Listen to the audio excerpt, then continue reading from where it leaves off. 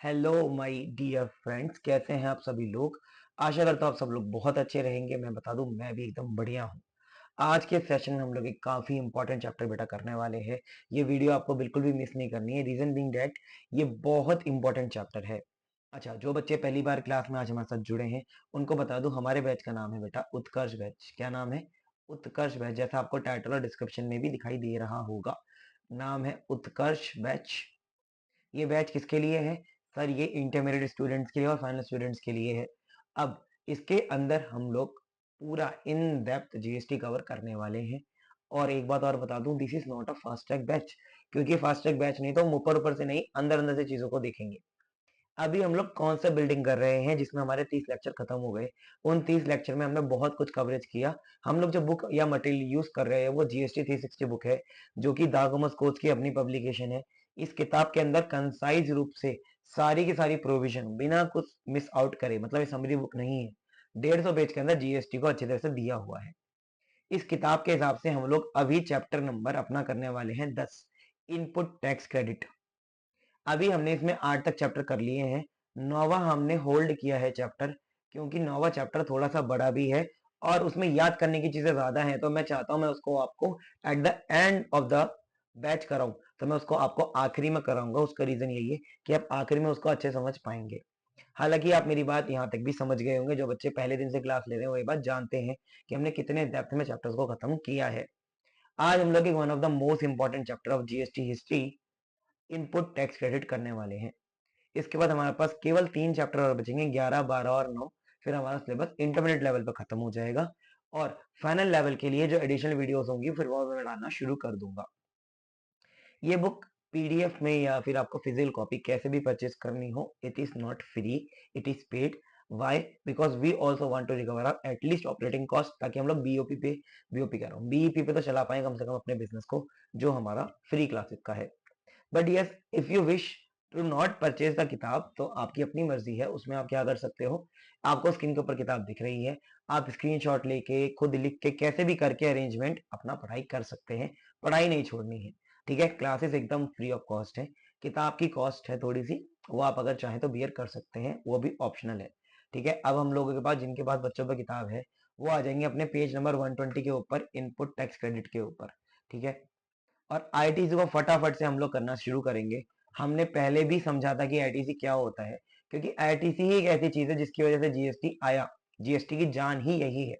अगर आईटीसी ना होता तो शायद जीएसटी पारित भी ना होता, बाकी पुराना टैक्स सिस्टम ही चलता रहता। मैं आपको एक इस एग्जांपल समझाऊंगा। इसमें 3 लोग हैं, पप्पू, चिंटू और शोमटू। ये एग्जांपल अच्छी तरह से समझ लोगे तो आईटीसी समझ में आ जाएगा। देखो, पप्पू एक मैन्युफैक्चरर है। Manufacturer who manufactures the product का मतलब जो माल को बनाता है, जो माल को क्रिएट करता है, जो माल को पैदा करता है, जो माल को प्रोसेस करता है from raw material to finish goods, उसको मैन्युफैक्चरर बोलते हो। अभी मैन्युफैक्चरर जब माल बनाता है तो उसके ऊपर जीएसटी नहीं लगता। जीएसटी ओनली लेवी जब होता है जब वो माल बिकता है, सेल। तो यहाँ पे जीएसटी में टैक्सेबल इवेंट सप्लाई होती है, एंड सप्लाई का मतलब सेल ऑफ गुड्स और सर्विसेज होता है मोटे माटी तौर के ऊपर। वरना सेक्शन नंबर 7 आपको डिटेल में मैंने पढ़ा है, वो आप जानते हैं सप्लाई क्या होता है क्या नहीं होता, ठीक है। अच्छा, इसके बाद जब ये सेल कर देता है अपना सामान, मतलब करता है, उसी इवेंट के ऊपर जीएसटी चार्ज होता है। तो मान लो इसने जो सामान बनाया वो 4,000 रुपए का बनाया, इंक्लूडिंग इस प्रॉफिट मार्जिन। तो 4,000 रुपए का सामान जो था, इसने सेलिंग प्राइस तय किया, जो कि इसने किसको बेचा? 4,000 रुपए चिंटू को बेचा। चिंटू एक ट्रेडर है जो आगे कस्टमर को बेचेगा। यही चेन होती है, मैन्युफैक्चरर, ट्रेडर, देन कस्टमर, है ना, ठीक है। मैन्युफैक्चरर ने 4,000 रुपए का माल बनाया, जिसको चिंटू को बेचा। अब मैन्युफैक्चरर क्या करेगा? जब उसने माल बनाया, उसने चिंटू को बेचा, तो उसने उसके ऊपर जीएसटी चार्ज किया। किससे? चिंटू से। चार्ज करने वाला कौन है? हमारा Pappu. Pappu is acting here as a agent of the government. Agent of government. Why? क्योंकि ये टैक्स को कलेक्ट करेगा।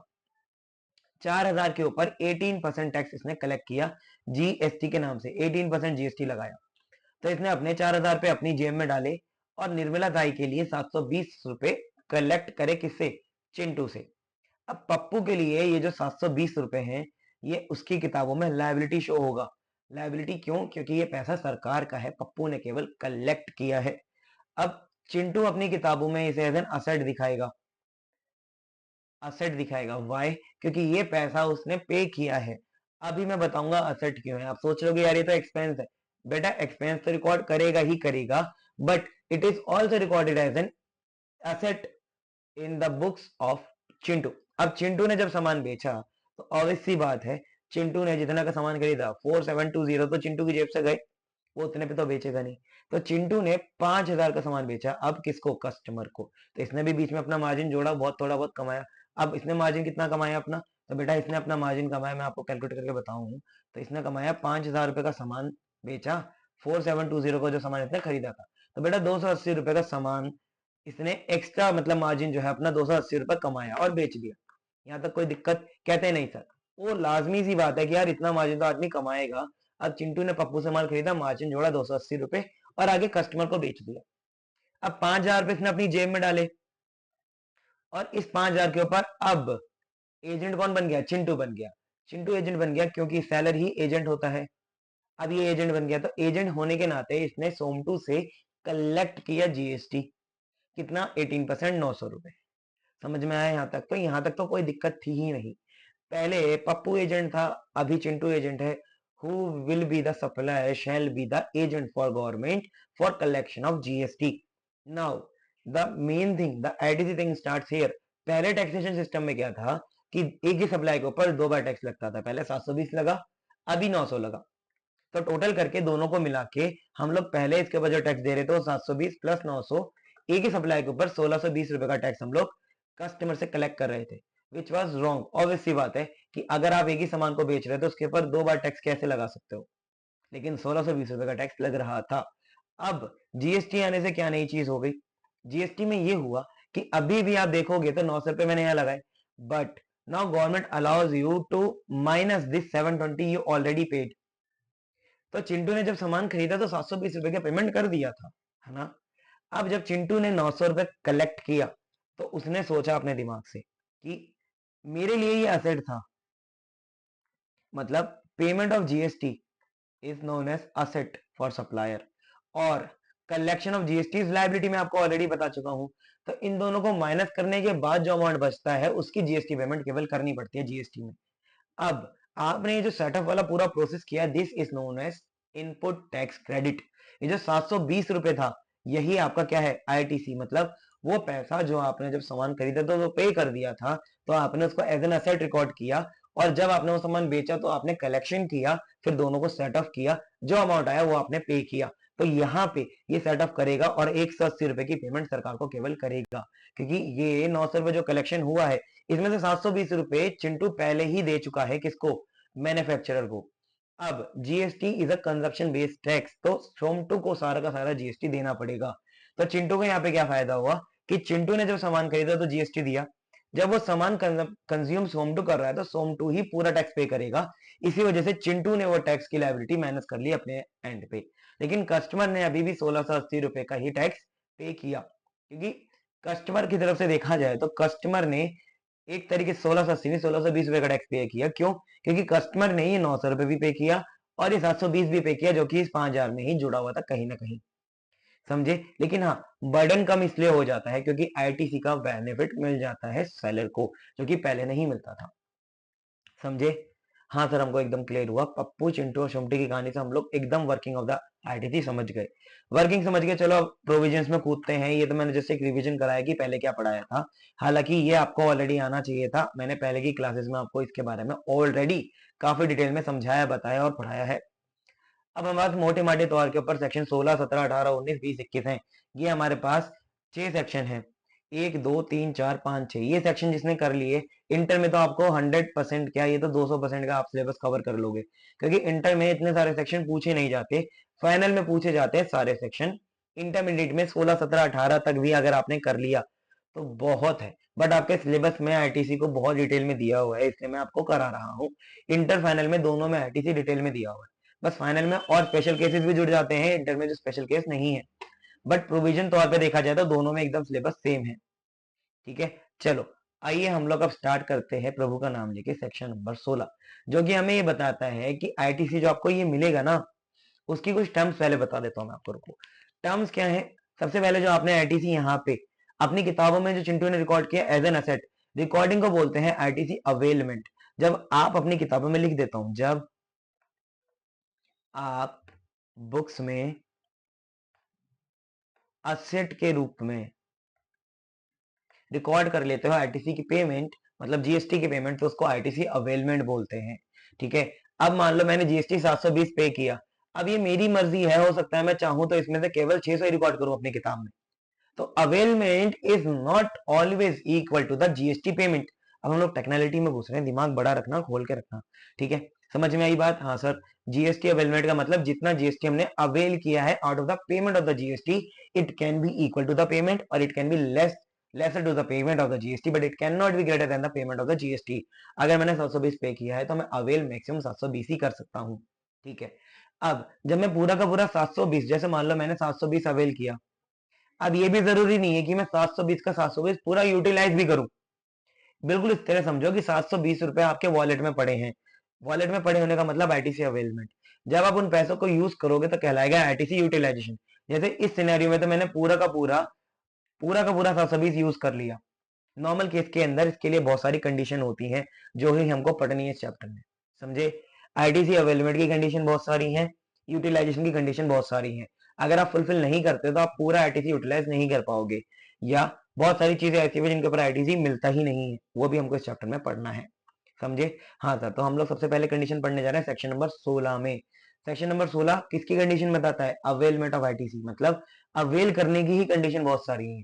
ये हो सकता है कि आपने 1 लाख रुपए का जीएसटी पे किया है, बट कंडीशन फुलफिल ना होने के कारण उसमें से केवल आप 2 रुपए, 3 रुपए, 5 रुपए, 10 रुपए, 50,000 रुपए तक का आईटीसी अवेल कर पाओगे। समझे? तो वो कंडीशन आपको सेक्शन नंबर 16 बताएगा। वो कंडीशन क्या क्या है फटाफट से देख लेते हैं। Allowed only to registered person. ठीक है। Goods services both used in course या furtherance of business avail in manner, section number 49 में जो बताया हुआ है।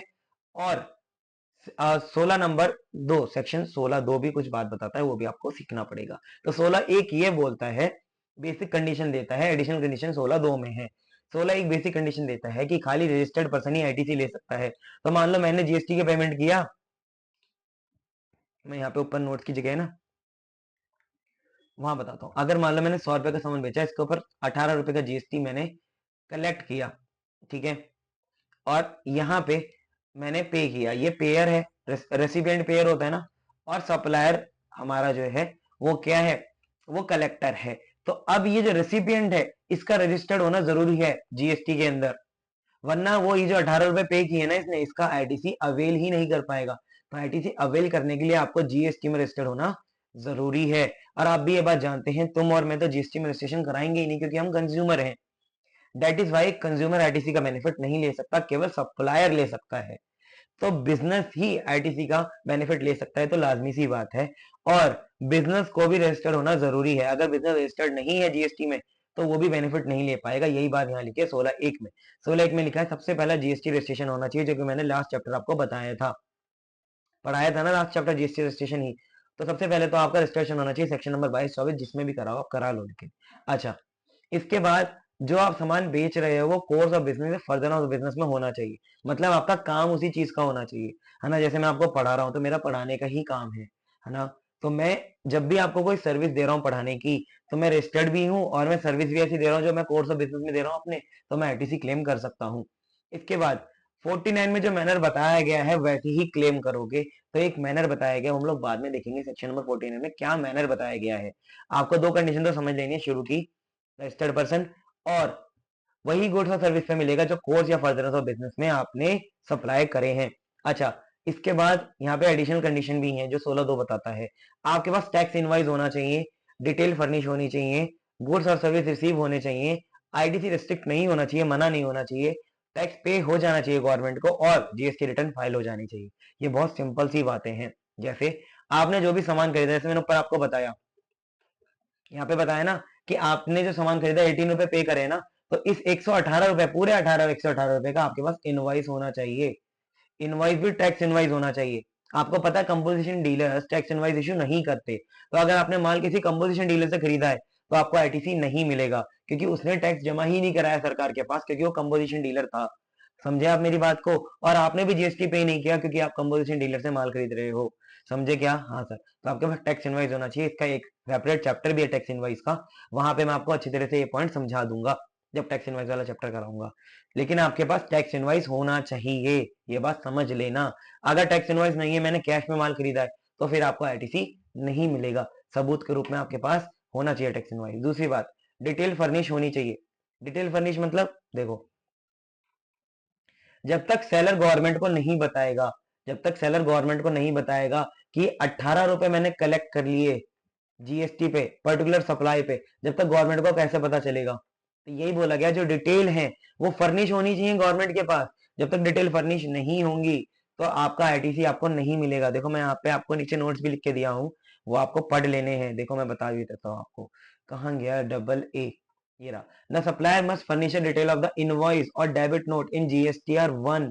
मतलब सरकार को बताना पड़ेगा ना कि उसने जो जीएसटी कलेक्ट किया है, किससे किया है, कौन सी सप्लाई थी, जब भी तो आपको मिलेगा। तो ITC is a two way system. मतलब आपने 18 रुपए पे किया, सप्लायर ने 18 रुपए कलेक्ट किया, तो जब तक ये 18 रुपए वो सरकार को बता नहीं देता, प्लस रिटर्न नहीं फाइल कर देता, प्लस बताना रिटर्न फाइल करना सफिशिएंट नहीं है, उसकी पेमेंट भी करनी पड़ेगी उसको। भाई कलेक्ट कर लिए, सरकार के पास जमा ही नहीं कराया उसने अभी तक, तो आपको आईटीसी नहीं मिलेगा अगर सेलर ने वो पैसा जमा नहीं कराया। ये भी कंडीशन नीचे लिखी है देखो। तो उसको क्या करना है, सबसे पहले सरकार को बताना है, ठीक है, और वो सरकार को पे कर देना है। पे करने के बाद रिटर्न भी फाइल करनी है। ऑब्वियसली बात है, जब रिटर्न फाइल करोगे तो पेमेंट भी करोगे ही करोगे। लेकिन अगर किसी ने डिटेल फर्निश कर दी, रिटर्न फर्निश कर दी, बट पेमेंट नहीं करी, तो आपको आईटीसी नहीं मिलेगा। ये सारी जिम्मेदारी सेलर की बनती है, रेसिपिएंट की नहीं बनती। जिसने टैक्स कलेक्ट किया है उसकी जिम्मेदारी है। अच्छा, एक कंडीशन और ये है कि गुड्स और सर्विस आपको मिल जाने चाहिए। जैसे अगर मान लो मैंने किसी पेमेंट को एडवांस में दिया है, क्या दिया है, एडवांस पेमेंट, है ना, तो मैं क्या उसके ऊपर आईटीसी ले सकता हूं? Answer is no, you can not claim ITC on advance payment until unless you have received the goods. जब तक मिलते नहीं है गुड्स, जब तक आप उसके ऊपर क्लेम नहीं कर सकते, या सर्विस जब तक मिलती नहीं आईटीसी क्लेम नहीं कर सकते। आइए मैं आपको बता भी देता हूँ, यहाँ पे लिखा हुआ है, ITC can be claimed only after the goods और सर्विसेज और both are received. Deemed receipt, bill to ship में डीम्ड रिसिप्ट मानी जाती है। अच्छा, कब मानी जाएगी? Goods deemed to be received if delivered to the recipient और a person directed by the recipient. मतलब बिल टू शिफ्ट मॉडल आप अच्छी तरह से जानते हैं यार, don't look at me like this कि आप जानते नहीं हो। चलो मैं फिर भी बता देता हूँ। जैसे मान लो सप्लायर और रेसिपिएंट दो जने होते हैं, है ना, सप्लायर रेसिपिएंट दो जने होते हैं। रेसिपिएंट वो इंसान होता है जो पैसे देता है। तो ये भी हो सकता है कि रेसिपिएंट बोले कि आप किसी थर्ड पर्सन को, क्या नाम है, आप मतलब किसी और इंसान को डिलीवर कर दो, है ना, person directed by the recipient. Okay समझे? तो अगर वो भी बोलता है तो भी डीम्ड रेसिपिएंट माना जाएगा। तो मतलब ये जरूरी नहीं कि सप्लायर रेसिपिएंट को दे, किसी और इंसान को उसके डायरेक्शन पे देता है तो भी कोई दिक्कत नहीं है।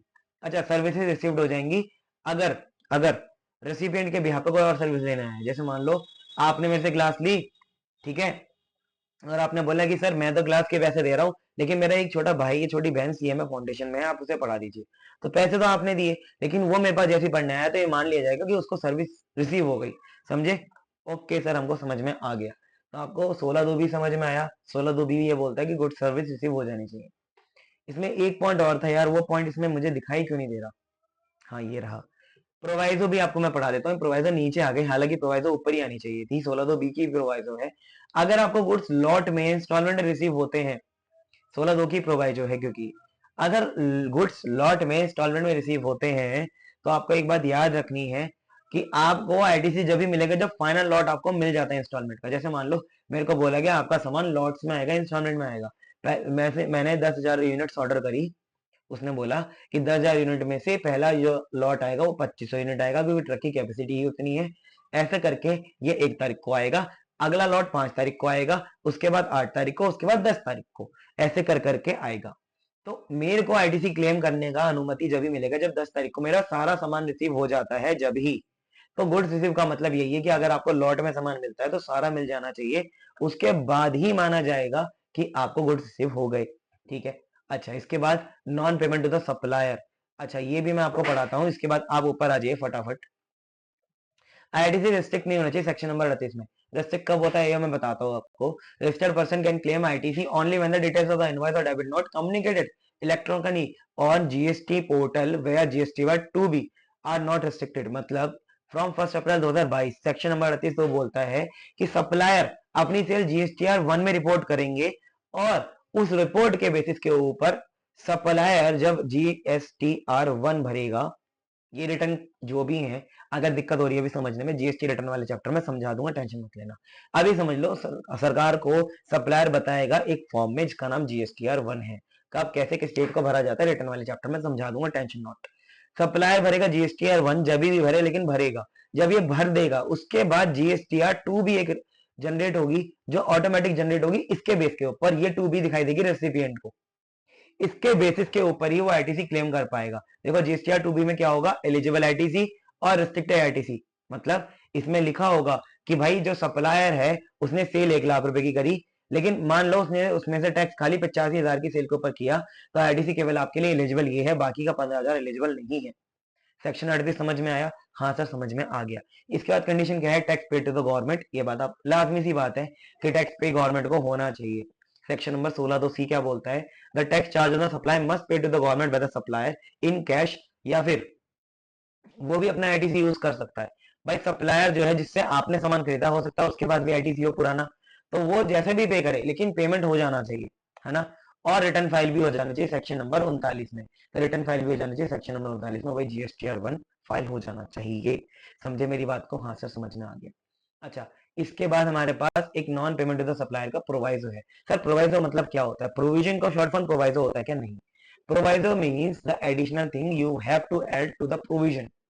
मतलब ये एक और नई बात है जो प्रोविजन के साथ साथ आपको पढ़नी है।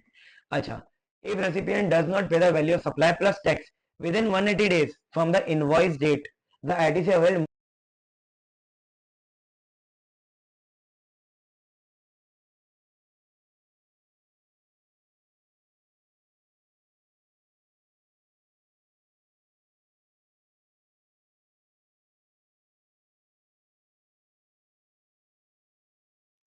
माइक मेरा बंद हो गया था, आई am really sorry.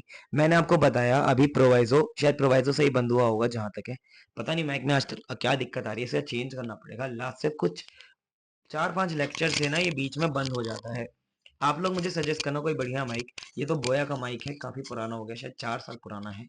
Wireless mic ही मुझे चाहिए। आप मुझे कोई अच्छा सा 5,000 के अंदर अंदर डिस्कस करके आपस में मुझे ना सजेस्ट करना। अब आप लोग मेरे स्टूडेंट है, मैं आपसे नहीं तो किससे पूछूंगा ना। चलो, मैं आपको ये बता रहा था कि एक प्रोवाइजो और है non payment to the supplier की। मैंने आपको बताया अगर आप क्रेडिट सेल करते हो, मतलब क्रेडिट परचेज करते हो बेसिकली, तो उसके ऊपर भी आप आईटीसी क्लेम कर सकते हो, कंडीशन बीइंग दैट कि आप 180 दिन के अंदर अंदर उसकी पेमेंट कर देना, जीएसटी प्लस प्रिंसिपल अमाउंट जिसका आपने सामान खरीदा है। जैसे मान लो मैंने सामान खरीदा किसी इंसान से और उसकी पेमेंट 180 दिन में मैं नहीं कर पाया, तो सबसे पहली बात तो ये समझो, जैसे ही आप सामान खरीदोगे उसमें आप ये कंडीशन देखोगे। कौन सी कंडीशन? ये सारी कंडीशन, ऊपर वाली कंडीशन, ये सारी में कहीं भी नहीं लिखा कि माल उधार पे नहीं खरीद सकते। हाँ सर कहीं नहीं लिखा। तो आप ये समझो कि यहाँ पे बात ये, जैसे मान लो मैंने माल परचेज किया 1 मार्च को, 1 मार्च को, तो मैं 1 मार्च को माल परचेज करते ही मान लो सारी कंडीशन फुलफिल हो गई, बट मैंने माल उधार पे खरीदा, तो कोई दिक्कत नहीं है, मैंने 10 मार्च तक अपना आईटीसी क्लेम कर लिया, क्लेम कर लिया, है ना। मैं तो कर ही लूंगा क्लेम, ये समझते और जानते हुए कि मैं पेमेंट करूंगा ही करूंगा। मान लो मैंने 180 दिन में पेमेंट नहीं करी, फिर क्या होगा? तो आप तो आईटीसी ऑलरेडी क्लेम कर चुके 10 तारीख को। यार कोई बेवकूफ थोड़ी ना है। अगर मान लो मेरे मन में ये भी है कि मैं पेमेंट नहीं करूंगा यार, लेकिन मैं फिर भी तो जिस दिन मैंने परचेज किया उसी दिन ही आईटीसी क्लेम कर लूंगा ना। मैं रुकूंगा ही क्यों बाकी दिन के लिए, अगर मैं फ्रॉड भी करने वाला हूँ। तो सरकार ने बोला कि कोई बात नहीं, आप क्रेडिट सेल के ऊपर आईटीसी क्लेम कर लो, लेकिन अगर आपने पैसा नहीं दिया 180 दिन के अंदर अंदर, तो आपने जो आईटीसी क्लेम किया ना वो रिवर्स करना पड़ेगा। रिवर्स का मतलब वो पैसा आपको सरकार को चुकाना पड़ेगा विद इंटरेस्ट। इंटरेस्ट निकाला जाएगा एज पर सेक्शन नंबर 50, वो भी हम पढ़ेंगे। समझे मेरी बात को? हाँ सर। अच्छा, एक बार आपने वो पैसा वापस कर दिया सरकार को, लेकिन मान लो मैंने 180 दिन के बाद वो पेमेंट कर दी, तो जैसे मैं आपको एग्जांपल देता हूँ, मैंने 180 दिन में वाली पेमेंट नहीं करी तो मैंने आरटीसी रिवर्स कर दिया रूल के हिसाब से। हाँ सर।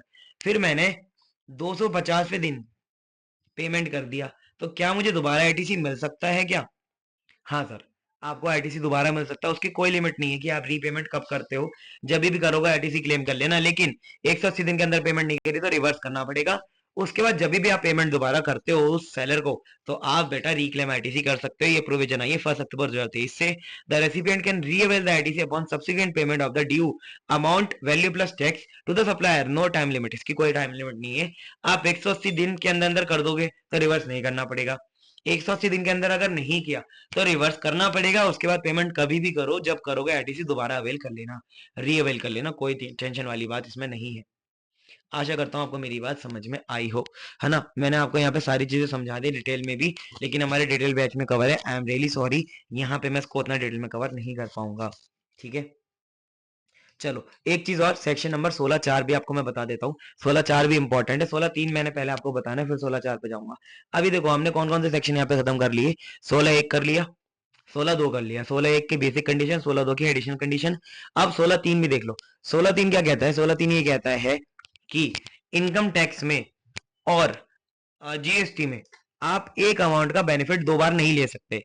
अब आपको भी ये बात पता है कि हमें इनकम टैक्स के अंदर डेप्रिसिएशन का बेनिफिट मिलता है अंडर सेक्शन 32, है ना। Depreciation is an expense which you can show under the profit and loss account for income tax purpose, और उसका आपको डिडक्शन मिल जाता है। सेक्शन नंबर 32 आपने पढ़ा होगा, इंटर में भी आप पढ़ोगे ना डीटी में, है ना। फाइनल में तो आपने बहुत अच्छे से पढ़ा होगा। यहाँ पे क्या लिखा है? If a business claims depreciation on the entire cost of capital, मतलब मान लो मैंने 1 लाख रुपए का माल खरीदा और उसके बाद 10,000 का जीएसटी पे किया, माल मतलब मशीन, तो 1,10,000 रुपए की मशीन हो गई। तो अगर मैं 1,10,000 रुपए के ऊपर डेप्रिसिएशन क्लेम कर रहा हूँ अपनी किताबों में इनकम टैक्स के अंदर, तो फिर मुझे आईटीसी मिलने वाला नहीं है। तो अगर डेप्रिसिएशन क्लेम किया है, यस है, तो आईटीसी नहीं मिलेगा। लेकिन डेप्रिसिएशन केवल जीएसटी अमाउंट के ऊपर हो रहा है, ये बात समझ लेना। अगर मैंने डेप्रिसिएशन 1 लाख के ऊपर क्लेम कर लिया लेकिन जीएसटी वाले कंपोनेंट में नहीं किया, तो मुझे आईटीसी मिलेगा। ये बात ध्यान रखना, बच्चे बहुत कंफ्यूज रहते हैं इसमें। अगर मैंने डेप्रिसिएशन जीएसटी वाले अमाउंट पे क्लेम कर लिया तो नहीं मिलेगा, लेकिन जीएसटी कंपोनेंट पे अगर क्लेम नहीं किया तो मिलेगा ही मिलेगा मुझे जीएसटी का आईटीसी। देखो यहाँ पे लिखा हुआ option 1, claim depreciation on the full cost, मतलब जितने रुपए की आपने मशीन खरीदी 1,10,000 रुपए की, वो पूरा का पूरा उसके ऊपर आप क्लेम कर लो। या तो डेप्रिसिएशन खाली कॉस्ट के ऊपर क्लेम करो और जीएसटी बाकी जो कंपोनेंट है टैक्स वाला उसके ऊपर आईटीसी ले लो। तो आपके पास दो ऑप्शन है, 16(3) ये बोलता है। अच्छे 16(3) समझ गए? हाँ सर। 16(4) में आ जाओ। 16(4) क्या बोलता है? मैक्सिमम टाइम लिमिट क्या है क्लेमिंग आईटीसी। सर हम लोग जैसे मान लो मैंने आईटीसी अवेल कर लिया 100 रुपए, अब तक अवेल समझ गए ना क्या होता है? हाँ सर समझ के, हमने अपनी किताबों में 100 रुपए रिकॉर्ड कर लिया। तो मैं इसको जब यूटिलाइज करूंगा इसके बीच में कितना मैक्सिमम गैप हो सकता है? मैंने आज किताबों में लिखा, मैं यूटिलाइज कब तक कर सकता हूँ? मैक्सिमम लिमिट क्या है यूटिलाइजेशन की? अवेलमेंट की नहीं है ये यूटिलाइजेशन की है कि हम लोग कब तक यूज कर सकते हैं। अच्छा, आपको क्लेम करना पड़ेगा अर्लियर ऑफ द फॉलोइंग, मतलब इन दोनों से पहले पहले। सर नहीं किया तो क्या होगा? फिर बेटा वो आपका आईटीसी लैप्स हो जाएगा, वो आपको नहीं मिलेगा।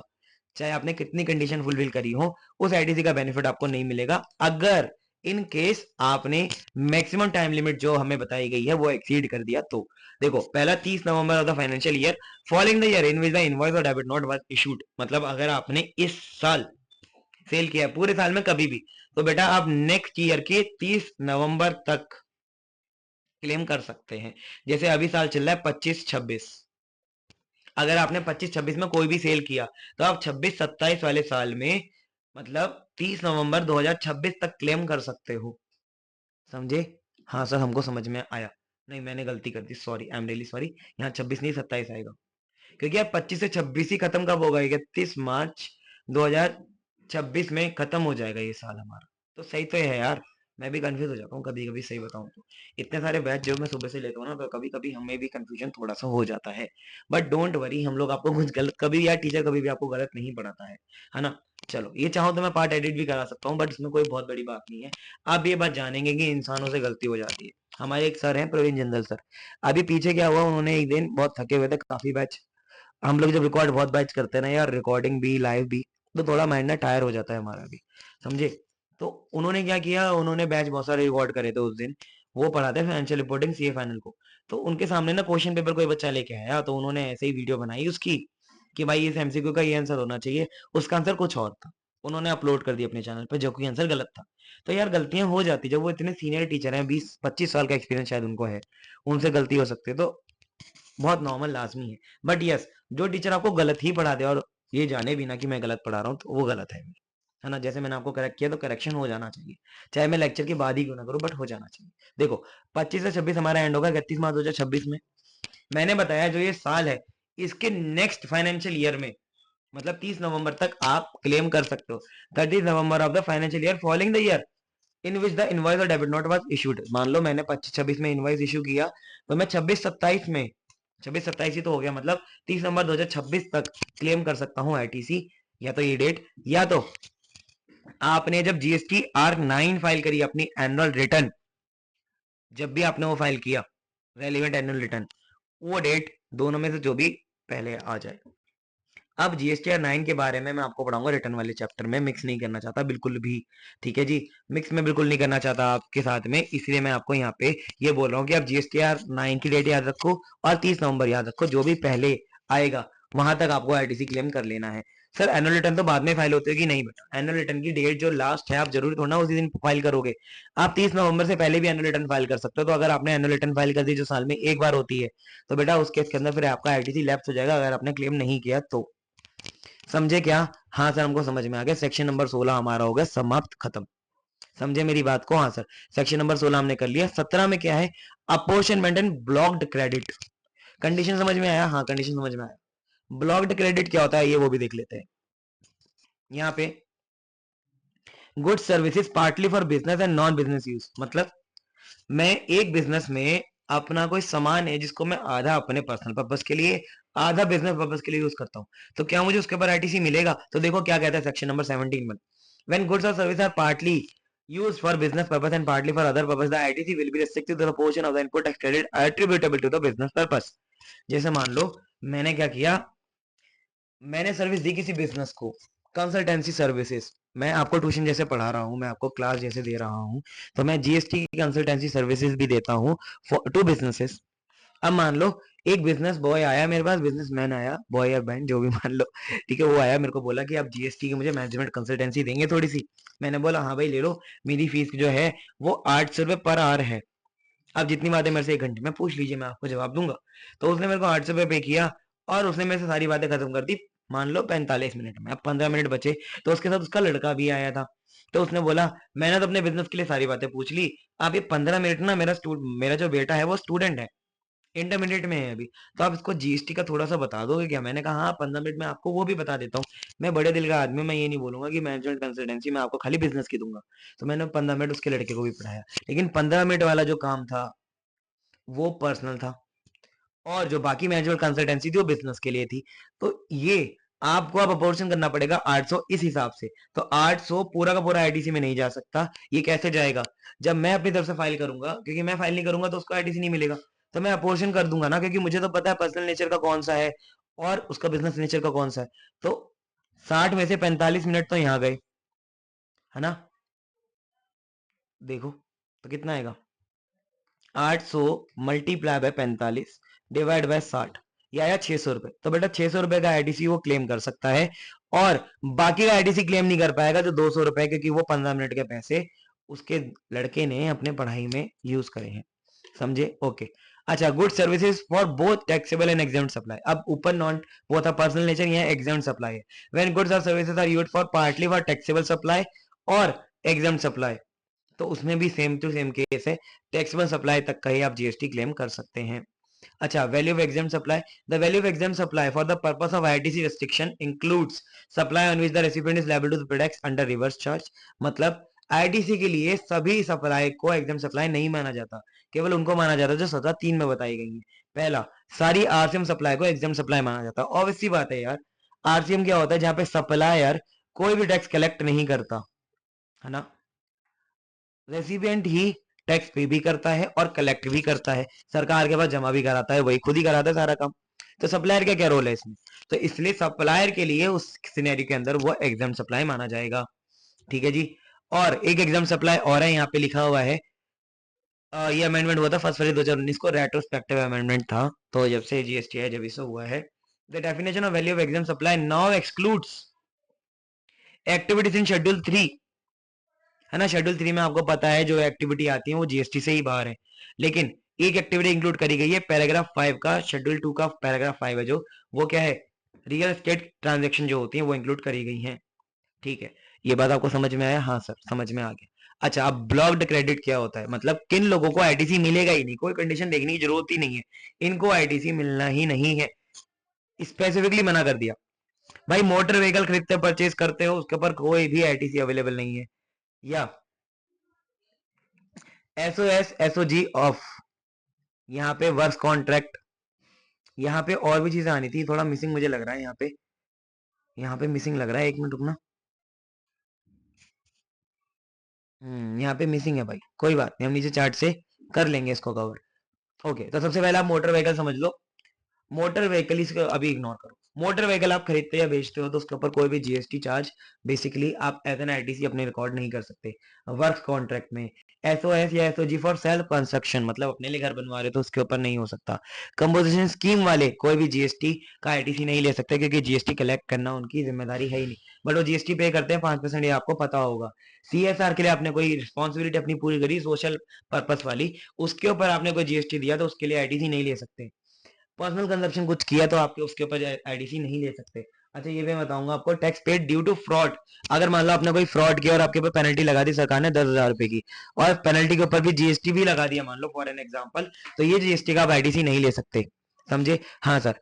अच्छा, ये बात मैं आप डिटेल में समझा देता हूँ। देखो, motor vehicle for passenger for goods, अगर सीटिंग कैपेसिटी इंक्लूडिंग चालक, ये चालक लिखा है, चालक मतलब ड्राइवर, अगर ड्राइवर को जोड़ के 13 तक है, अप टू 13 है तो डिस अलाउड है, मतलब इस पे फिर आपको आईटीसी नहीं मिलेगा। लेकिन अगर 13 से ज्यादा है तो आईटीसी अलाउड है। समझे? हाँ सर, समझ में आ गया। अच्छा, फॉर गुड्स है तो भी अलाउड है, गुड्स के लिए तो अलाउड है, पैसेंजर के लिए अलाउड नहीं है। समझ गया मेरी बात को? हाँ सर, हमें बात यहाँ पे समझ में आ गई। इसकी एग्जामेशन भी है, 13 वाला भी अलाउड हो जाएगा अगर आप फर्दर सप्लाई के लिए परचेस कर रहे हैं, मतलब बेचने के लिए परचेस कर रहे हैं तो, या ट्रांसपोर्टेशन ऑफ पैसेंजर कर रहे हैं तो, या ड्राइविंग ट्रेनिंग दे रहे हैं तो। समझे? ओके। ऐसे ही मोटर कार के साथ साथ मोटर व्हीकल में और भी चीजें आती हैं, जैसे वेसल और एयरक्राफ्ट। वेसल एयरक्राफ्ट के ऊपर भी जीएसटी में आईटीसी नहीं ले सकते, लेकिन एग्जामेशन है।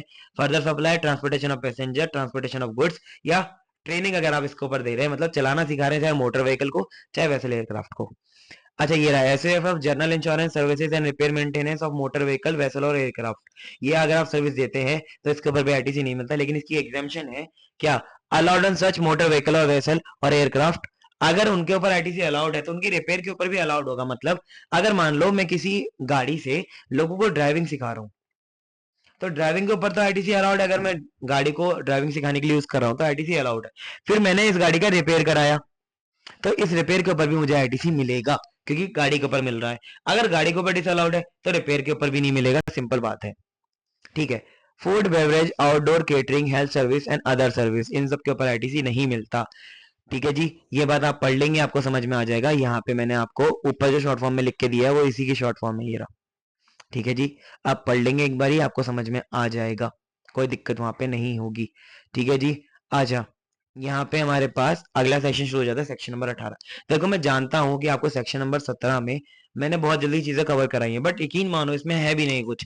आप 2-3 बार खुद ही रेटिंग लगाओगे, समझ में आ जाएगा। लेकिन हाँ, डाउट जब भी होगा आप मुझसे पूछ लेना, मैं आपके लिए हमेशा रेडी हूँ डाउट क्लियर करने के लिए। ठीक है। अब आ जाओ सेक्शन नंबर 18 में। यहाँ पे क्या है? Availability of credit in special circumstances. Entitlement of ITC. A registered person is entitled to claim ITC of input held in stock, input contained in semi finished और finished goods या capital goods, मतलब किसी भी तरीके के goods हो, चाहे वो स्टॉक में रखे हुए हैं। इनपुट मतलब रॉ मटेरियल के ऊपर भी आईटीसी ले सकते हो, या आपका जो रॉ मटेरियल वो सेमी फिनिश्ड है, मतलब डब्ल्यूआईपी है, उसके ऊपर भी ले सकते हो। फिनिश गुड्स के ऊपर भी ले सकते हो, कैपिटल गुड्स के ऊपर भी ले सकते हो, सब के ऊपर ले सकते हो। किसी भी तरीके का गुड्स हो आप उसके ऊपर आईटीसी क्लेम कर सकते हो।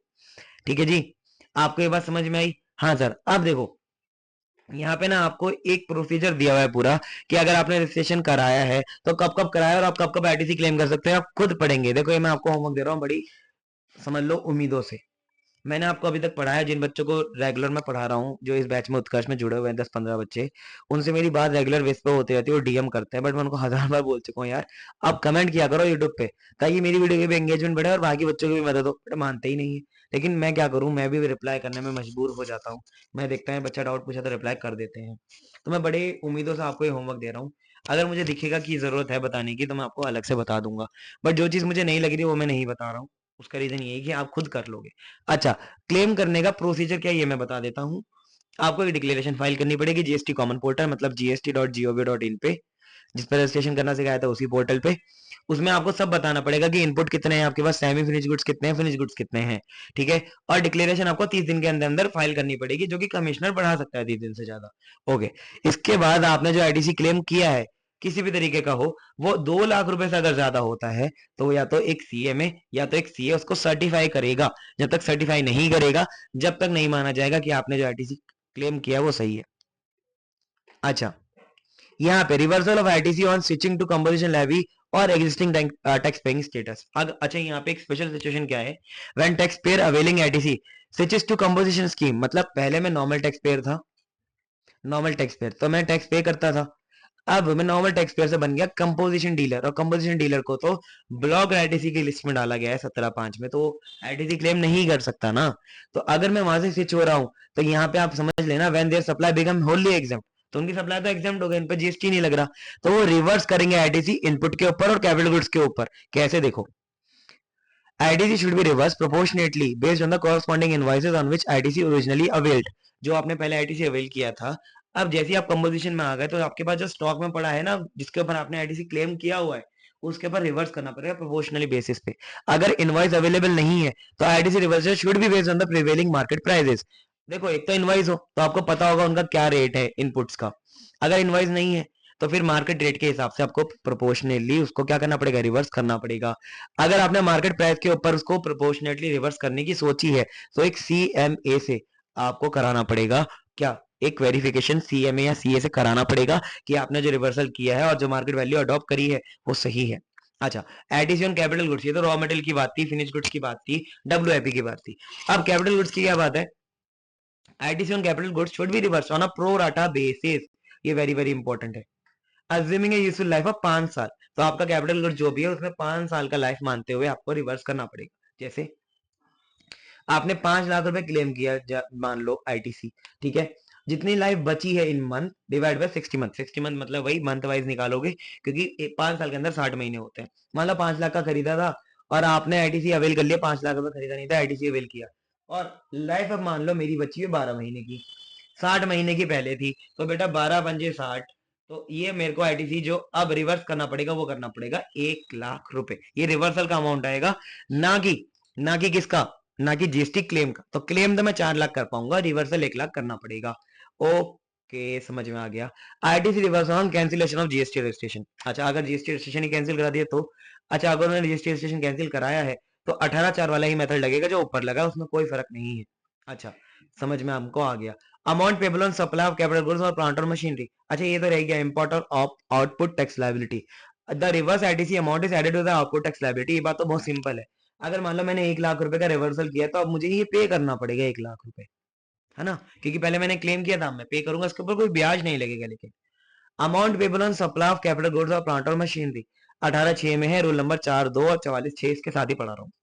When a registered person supply capital goods or plant or machinery on which ITC was availed, मतलब हमने ऑलरेडी आईटीसी इसके ऊपर क्लेम कर लिया था, ये हमारे कैपिटल गुड्स हैं मतलब असेट हैं, और इसको अब हम लोग बेच रहे हैं, तो इनको हायर ऑफ द फॉलोइंग क्या करना पड़ेगा, ये करना पड़ेगा। When a state person supply capital goods on ITC was availed they must pay the higher, तो उनको जीएसटी जो पे करना पड़ेगा ना रिवर्सल वाला, वो दोनों में से कोई भी एक करना पड़ेगा, क्योंकि जीएसटी तो पे करना ही पड़ेगा उनको।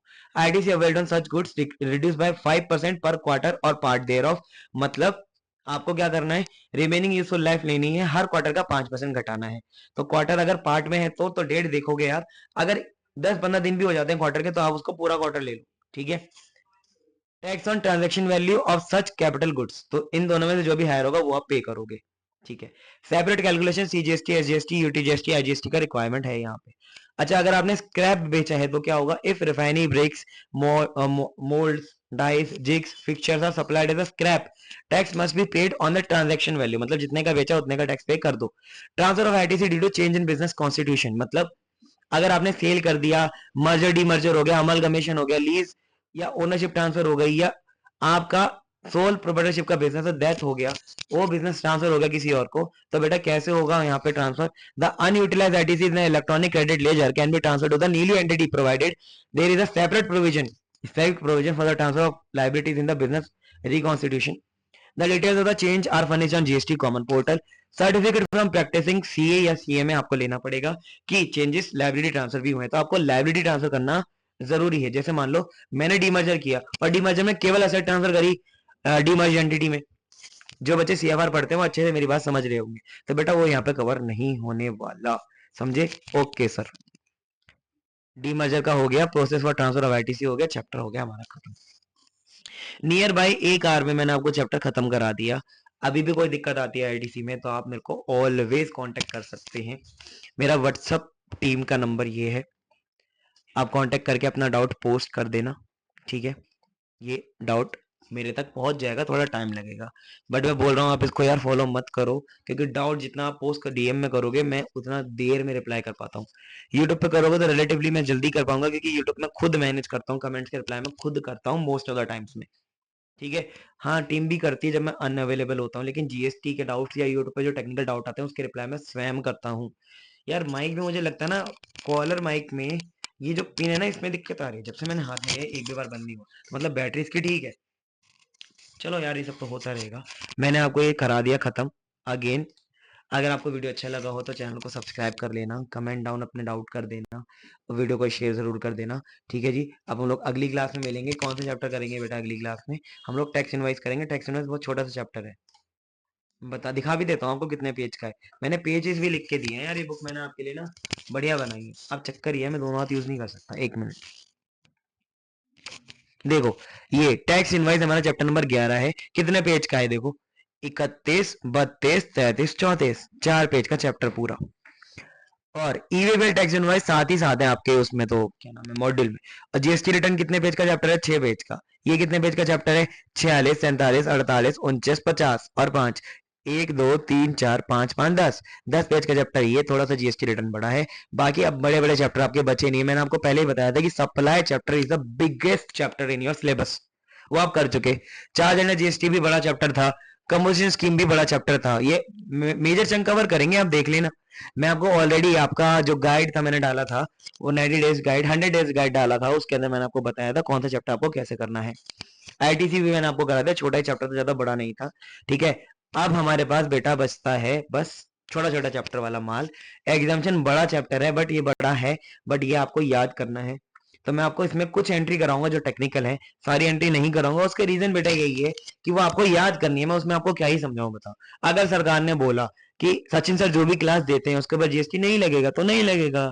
भाई ने कहा नहीं करने का तो नहीं करने का, उसमें सवाल नहीं पूछ सकते आप, ना लॉजिक ढूंढ सकते. टीचर अपने लॉजिक लगा के बच्चों को कन्विंस तो कर लेते हैं कि हाँ ये होगा, सचिन सर काम बढ़िया कर रहे हैं इसलिए शायद जीएसटी नहीं लगा, लेकिन शायद है ना, सरकार ने अगर कोई चीज के ऊपर जीएसटी नहीं लगाया तो नहीं लगाया, बस याद कर लो, बात खत्म.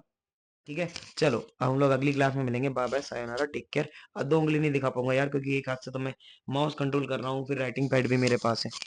चलो बाय, है ना, देखो कैमरा भी बोल रहा है बाय. बाय बाय, ठीक है बाय बाय. चलो 2 उंगली दिखाई देता हूँ यार, माइक पकड़ के दिखाएंगे ये लोग.